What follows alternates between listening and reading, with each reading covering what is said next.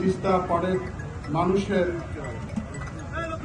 দীর্ঘদিনের লালিত যে আকাঙ্ক্ষা সেটি বাস্তবায়িত হোক। এখানে ডক্টর আব্দুল্লাহ মামুন একটা ভালো কথা বলেছেন।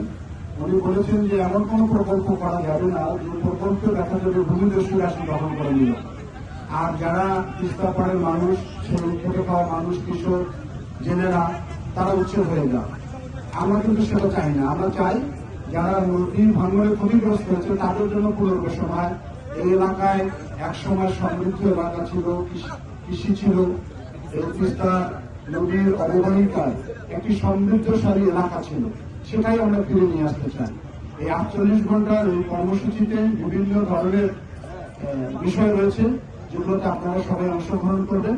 আবারও আমি সেমিনারের আয়োজকদের ধন্যবাদ জানাই, যারা শুধু ঢাকা থেকে এসে এই ধরনের একটি বুদ্ধিদীপ্ত আলোচনা আমাদের সামনে তুলে ধরেছেন।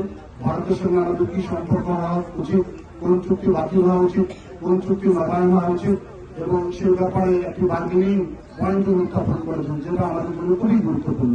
সুতরাং আমরা কথা বাড়াতে চাই না, আমাদের অনেক কর্মসূচি রয়েছে। সুতরাং আমার মনে হয় যে আমরা সেমিনারের এখানে সমাপ্তি ঘোষণা করতে পারি। ধন্যবাদ সবাইকে।